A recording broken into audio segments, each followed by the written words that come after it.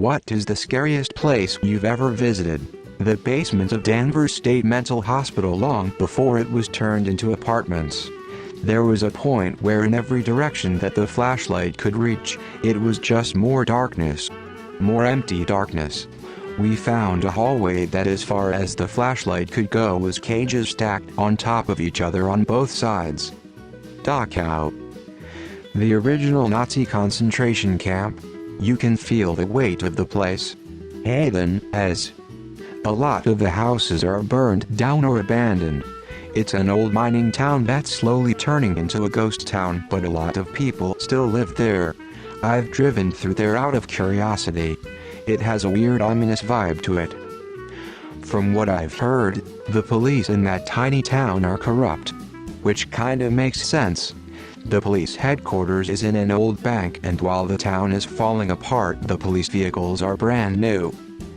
There's a fire department with a completely burned down house across the street from it. How the heck is that even possible? Tuol Sleng Genocide Museum in Cambodia. I also visited the killing fields, but the experience of Prison 21 was something else.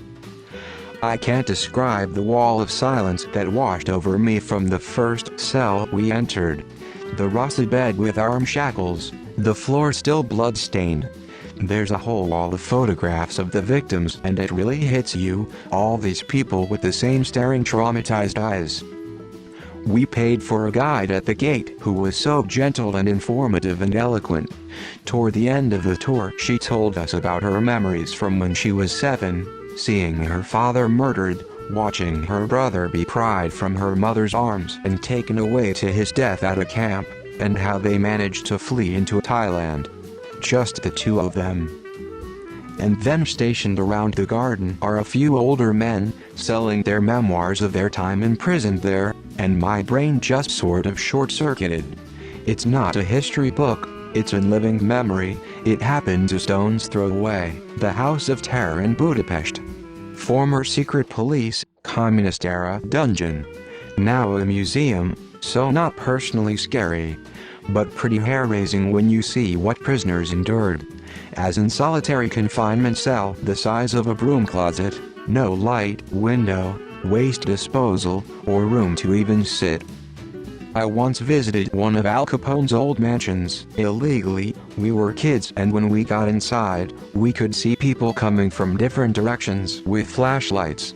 We assumed the mob knew and we were going to die. We ran and hid in the woods for hours and took every precaution we could think of to get back to the car so the one person who was 16 with us could drive us home. Pretty sure now that there were other kids checking out the place, the abandoned top floor of Naval Medical Center Portsmouth. It looked like something out of American Horror Story. Completely frozen in the 60s with tile walls and rusted operating tables just abandoned above a busy military hospital. I met someone on Tinder who catfished me back in 2013. I was a young college student and stupid. The small college town I lived in had a 2-lane road heading in town and another one heading out of it. And on both sides there was nothing but cornfields and farmland. We talked a bit. I got her address, and when I was turning off the main road into a dirt road that was mostly cornfields, when the cornfield stopped was a big house, a silo and a shed and a little guest house on the property. From my car I could see the silhouette of a man's body in drag waving at me from the window to come in. I backed out of there and took off. Still the creepiest place I've ever been. And the creepiest experience. Edit. It was at night around 9 p.m. or so. Only lights around were coming from the guest house and the moon. TLDR. 1. Online dating is dangerous. 2. Meet in a public place. Tell someone where you're going and who you're meeting with. 3. Bring protection. 4. Don't be horny. An abandoned set of buildings that were part of a former college campus, next to an abandoned military airfield. There was a lot to explore, but it definitely gave off an unsettling vibe. There was even an unenterable hangar that had a bunch of torn gas masks lying on a pile in the middle of it. I was 48 meters below sea in a wreck one time when a pretty big shark surprised me. All cool. and usually I love them. It was just unexpected and very large, close. I used my oxygen up a little faster that day. Cape Coast Castle in Ghana. I put castle in quotations because it's a dungeon from the transatlantic slave trade. It was a bright sunny day when we were there, and when we went to the dungeon portion of it, it was pitch black. Trying to imagine all the human suffering that went on there is unfathomable. I used to travel my state frequently for work. I'd end up in these small rural towns and end up working until 8:30 or 9 p.m. most nights. I'd grab a quick bite, then kind of cruise the towns randomly. They were always dead quiet by 9:30. At some point I started exploring abandoned buildings in these towns because I was so bored. One night I drive up to this old, abandoned hotel. It was some version of the old Holiday Inn Holidome design. If you aren't familiar with the Holidome, it's a 60s or 70s hotel layout that had a pool, mini golf, arcade, etc. inside, with rooms on 2 floors around the perimeter. Kind of like an indoor resort. I pried off a plywood board covering the front door and climbed through the broken glass on the other side. As soon as I was in, I was creeped out and felt as if I wasn't alone. Not like teenagers party here, like there's something dangerous here. Listening intently, I didn't hear anything, so I pushed through the lobby towards the inner area. In front of me was the entrance into the dome area, and to the left and right were long hallways of rooms. I pointed my light down both and saw nothing but gloom and the detritus of better days. I stepped into the cavernous common area and was engulfed by darkness and stale, thick air. Very little ambient light penetrated the space, and I felt more vulnerable than I ever have before. I was surprised how intact the space was as I looked around. It was almost orderly. I made my way to the pool area. The fence surrounding it and the gate were intact, so I jumped over. The slide was still standing and clean, which felt off. The lounge chairs were still neatly arranged. I shined my beam into the empty pool. At the bottom of the pool was something weird and terrifying. There was a bunch of random stuff, not trash, but pots and pans, a pillow, pens, pencils, some dishes and utensils, batteries, etc.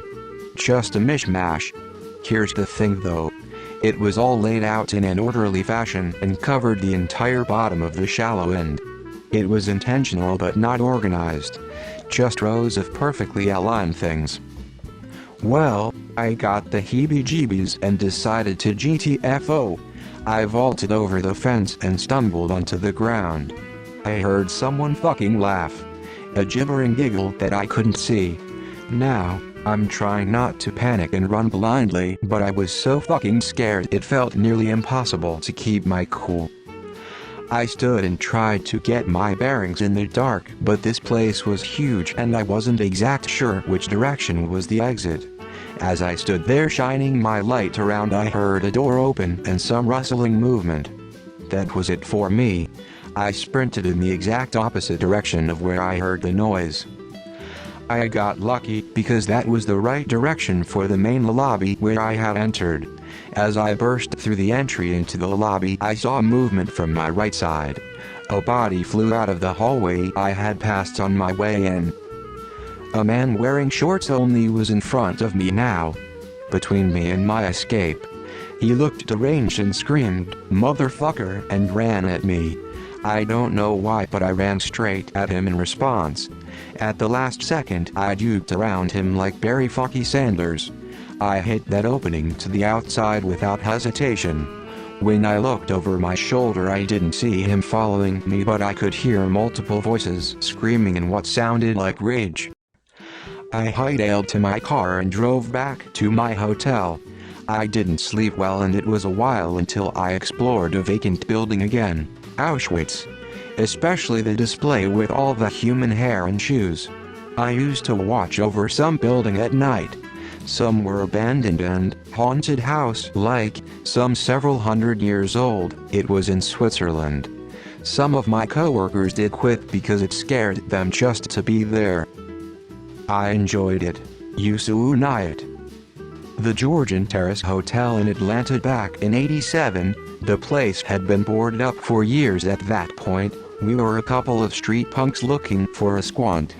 We went in at night and explored around, didn't see anybody, so we found a room and bedded down. In the morning we made our way down to the ground floor and started encountering all the dozens of crazies that made the place home. We had been surrounded by them all night and never had a clue. They started yelling at us and we ran out of there scared for our young suburban teenage lives. I spent a summer working at Six Flags Magic Mountain and had been in the tower numerous times previously.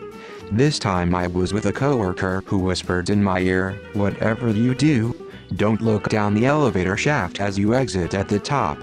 Well, sure enough, as you reach the top, there's about 1 4-inch gap between the elevator and the top of the tower. I have never experienced vertigo to the point of falling to the floor shaking and being completely useless for about a half hour. It still haunts me. Killing fields in Cambodia. Still bones and clothing visible in the grounds. They would line people up and hit them in the back of the head with a hammer to save ammunition. Pol Pot, the leader of this, never answered for his crimes and died of old age in 1998. I will never forget the feeling of that place. Yusu Nayat. Yusu Nayat.